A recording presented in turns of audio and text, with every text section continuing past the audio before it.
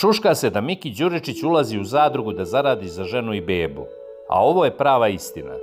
Miki Đuričić uskoro će dobiti dete. Njegova izabranica je trudna, a priča se da će ući u zadrugu 3. Naime, spekuliše se da Miki ulazi u reality kako bi svojoj budućoj ženi i sebi obezbedio lagodan život, ali istina je drugačija. Miki je rekao da ovi navodi nisu istiniti i da se neće pridružiti ukućanima u zadruzi.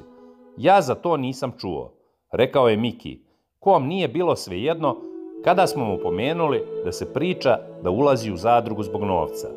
Podsjetimo, pčelar iz Kupinova uskoro će skinuti nanogicu, koju je dobio kada je udario 2 zadrugarke.